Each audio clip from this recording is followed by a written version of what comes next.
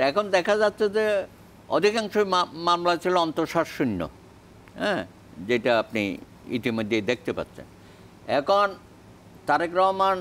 জনাব তারেক রহমানের মামলাগুলো আইনি প্রক্রিয়ায় কিন্তু যাওয়া হচ্ছে, হ্যাঁ, অনেকগুলো মামলাতে তাকে সাজা দেওয়া হয়েছে। আর সাজা মানে কি, একজন জজ তাকে একটা মামলায় খালাস দিল, মোতাহার সাহেব জজ কোর্টে, না, মোতাহার সাহেব, হ্যাঁ, সে দেশে থাকতে পারল না, পালাতে হলো।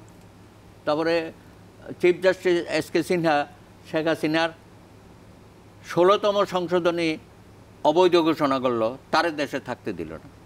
কি বলেছিল সে, একটা দেশের একজন লিডার থাকে ঠিকই, সঙ্গে আরও ফাদার্স অব দি নেশন থাকে, শুধু ফাদার অব দি নেশন একজন থাকে না, ফাদার্স অব দি নেশন। এই কথা কেন বলছে? এটাও নাকি হ্যাঁ বঙ্গবন্ধুকে খাটো করা হয়েছে, তার দেশেই থাকতে দিল না অন্যায়ভাবে।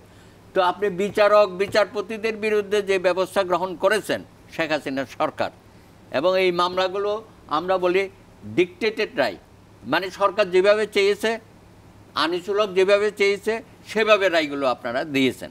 তো দেওয়ার পরে এখন সেই মামলাগুলো টিকবে না। 21শে আগস্টের ঘটনা আপনারা জানেন, বারবার চার্জশিট দিচ্ছে। চার্জশিট দেওয়ার কথা ম্যাজিস্ট্রেট কোর্টে, সেই চার্জশিট চলে যাচ্ছে জেলা সেশন কোর্টে।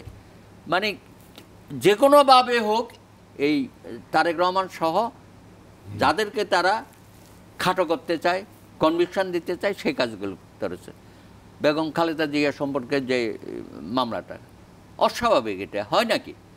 ওখান থেকে তো কোনো টাকা নড়চড় হয় নাই, সেই টাকা তো এখন প্রায় 8 কোটি 10 কোটি টাকা হয়ে গেছে, সবগুলো এখন তুলে নেওয়া হচ্ছে। হ্যাঁ, এখন বলা হচ্ছে যে না আপনি প্রথমে দিলেন 5 বছর, তাই না, 5 বছর দিলেন লোয়ার কোর্টে, হাইকোর্টে সেটা কেমনে 10 বছর হয়ে যায়, তারপর আপনি তারা বেল দেন না।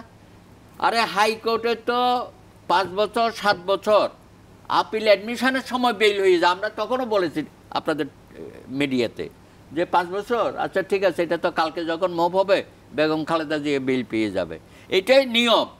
কিন্তু আমাদের জজ সাহেবরা তখন দলদাসে পরিণত হয়েছে, যে কারণে তারা 5 বছরকে 10 বছর করে দিচ্ছে।